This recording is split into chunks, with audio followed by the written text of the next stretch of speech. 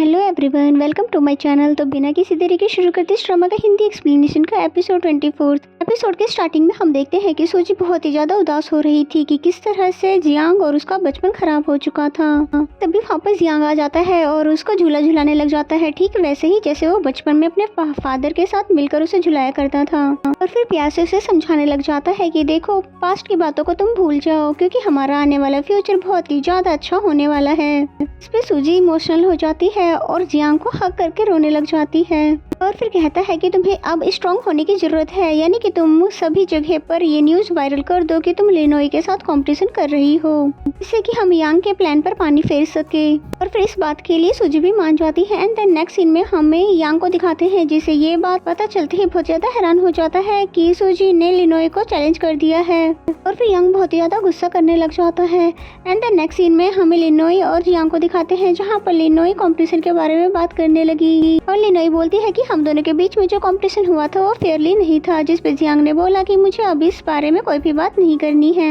लेकिन लिनोई ने मानने से इनकार कर दिया और कहती है मैं तुम्हारे साथ दोबारा कंपटीशन करना चाहती हूँ जो कि फेयरली हो। और फिर फाइनली जियांग को भी मानना पड़ता है लिनोई के ज्यादा फोर्स करने पर। एंड देन नेक्स्ट सीन में दोनों अच्छे से तैयार होकर रेस कंपटीशन के लिए आते हैं, क्योंकि यहाँ पर ये फेयरली विन होना चाहते थे। यहाँ पर कोई जज भी नहीं है। देन रेस स्टार्ट होती है, जहाँ पर जियांग कभी आगे होता है तो कभी लिनोई, लेकिन at the last Jiang he competition को जीता है, जिसे लिनोई ने खुश होकर कांग्रेट्स कहा और उसको बहुत ही ज्यादा प्यार से हग भी करके खुश होने लगती है। और वो बहुत ही ज्यादा खुश थी, इसलिए जियांग भी लिनोई को देख देख कर खुश हो रहा था।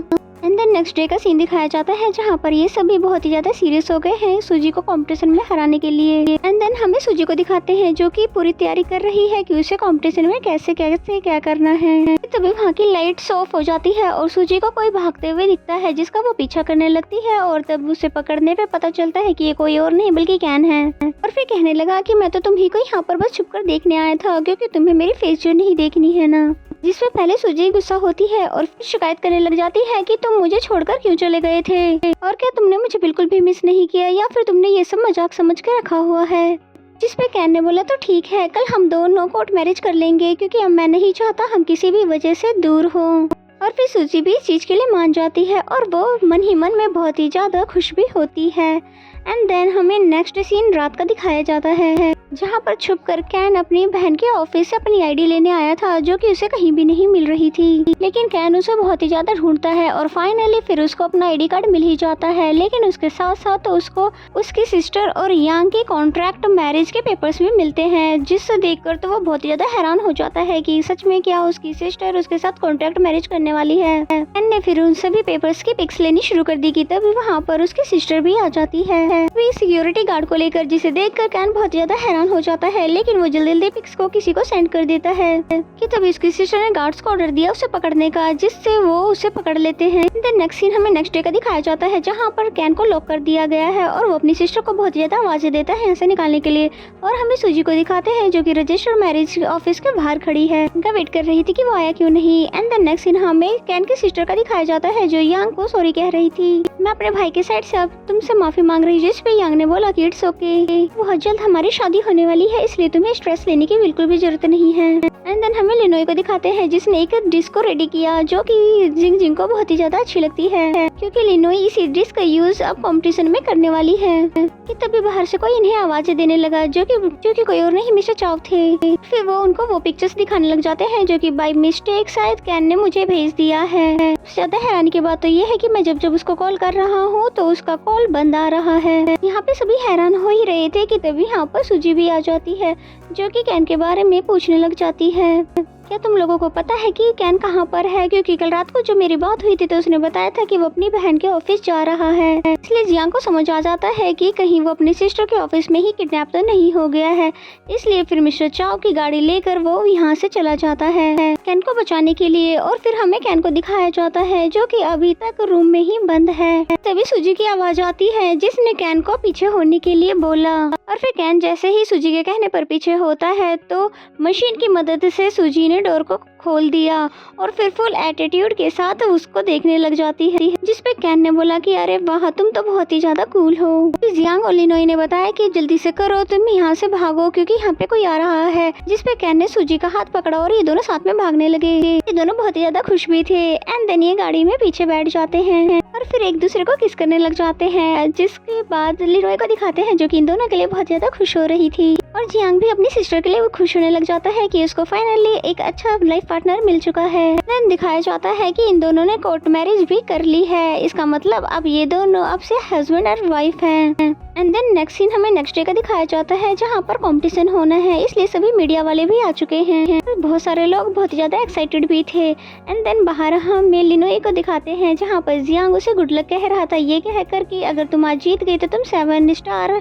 शेफ हो जाओगी। तो ये सुनकर लिनोई खुश हो जाती है। एंड देन नेक्स्ट सीन में हमें सूजी को दिखाते हैं जो कि ग्रैंडफादर के पास आती है और टीवी ऑन करके बोलती है कि आपको ये कंपटीशन लाइव देखना चाहिए। और फिर बाहर आ जाती है जहाँ पर कैन उसका वेट कर रहा था। जिसपे कैन ने बोला कि अब हम चलते हैं माय डियर वाइफ। जिसपे सूजी फिर खुशी खुशी उसके साथ चली जाती है। एंड देन नेक्स्ट सीन में हमें यांग को दिखाते हैं जो कि मैनेजर जॉय से बोल रहा होता है कि मुझे पता है कि तुम प्रेग्नेंट हो और ये बेबी मेरा है, बट इसे एक्सेप्ट करने के लिए अभी मैं रेडी नहीं हूँ। तो तुम्हें अबॉर्शन करवा लेना चाहिए, यही हम दोनों के फ्यूचर के लिए ठीक होगा। और मैं प्रॉमिस करता हूँ कि हम दोनों शादी बाद में जरूर कर लेंगे। और यांग की बातें सुनकर मैनेजर जॉय बहुत ज्यादा हैरान हो जाती है कि भला ये किस तरह से बातें कर रहा है। पहले तो वो मान जाती है लेकिन अंदर ही अंदर वो खुश बिल्कुल भी नहीं थी। एंड देन नेक्स्ट सीन में हमें सूजी को दिखाते हैं जो कि कैन के साथ आई हुई थी कंपटीशन के लिए, जहाँ पर सभी मीडिया वालों ने उसे घेर लिया था। लेकिन सूजी ने किसी के भी सवाल के कोई भी आंसर नहीं दिए। और फिर जैसे ही यांग ने देखा कि सूजी अपने साथ कैन को लेकर आई है, इसलिए उस पर गुस्सा होने लग जाता है कि तुम पागल तो नहीं हो गई हो कि कंपटीशन में तुम अपने ओपोनेंट के जूनियर को हेल्प के लिए लेकर आई हो, ये तुम्हारे साथ चीटिंग भी कर सकता है। कि तभी यहाँ पर लिनोई भी आ जाती है और फिर बताती है कि ये मेरा जूनियर है नहीं बल्कि था, और जबकि अब मेरे साथ काम नहीं करता है तो ये सूजी का साथ दे सकता है। फिर तभी सूजी ने अपना वेडिंग रिंग्स भी दिखा दिया, ये बोलते हुए कि ये अब से मेरा हस्बैंड है, इसलिए इसे किसी भी चीज के लिए रोकना मत। यांग बहुत ज्यादा हैरान हो जाता है और बोलता है क्या तुमने ये शादी कर ली है ग्रैंडपा को बिना बताए। जिसपे सूजी ने बोला कि ग्रैंडफादर की तो तुम बात ही मत करो क्योंकि आज तुम्हारी वजह से ही वो हॉस्पिटल में एडमिट है। और फिर सूजी की बातें सुनकर यांग बिल्कुल खामोश खड़ा रह जाता है। एंड देन ये चारों अपनी अपनी सीट पकड़ लेते हैं। और फिर थोड़ी देर बाद जैसे ही कैन बाहर आता है वॉशरूम जाने के लिए, तभी उसे रास्ते में उसकी सिस्टर मिल जाती है, जिसे देखकर वो बोलती है कि क्या तुम्हें शर्म नहीं आ रहा है अपनी सिस्टर को इग्नोर करते हुए। जिसपे कैन ने कहा कि अगर तुम मेरी सिस्टर होती तो तुम मुझे लॉक नहीं करती इस तरह रूम में, ना ही तुम उस यांग का साथ देती और ना ही उसे शादी करने की प्लानिंग करती। जिसपे कैन की सिस्टर ने बोला ये सब तो मैं हमारे लिए ही कर रही हूँ ताकि हम अपनी कंपनी को बचा सके। जिसपे तभी कैन ने बोला कि सिस्टर अब मैं बड़ा हो चुका हूँ और मैं पूरी तरह आपकी हेल्प कर सकता हूँ हमारी कंपनी को बचाने के लिए। वे बिना यांग की मदद लिए हुए स्टार्टिंग में हो सकता है हमें थोड़ा और नुकसान उठाना पड़े, लेकिन एंड ऑफ द डे सब कुछ ठीक कर दूंगा, प्लीज एक बार कम से कम मुझ पे विश्वास करके तो देखो। तो वो सुनकर उसकी सिस्टर कुछ सोच में पड़ जाती है और इनकी ये सभी बातें पीछे खड़ा यांग भी सुन रहा था, इसलिए वो बोलता है कि देखा ना, इसलिए मुझे ब्लड रिलेशनशिप बिल्कुल भी पसंद नहीं है, क्योंकि देखो इसी तरह से वो हमें इमोशनल ब्लैकमेल करते हैं। यांग की बातें सुनकर मैनेजर जॉय अपने बेबी के बारे में सोचने लग जाती है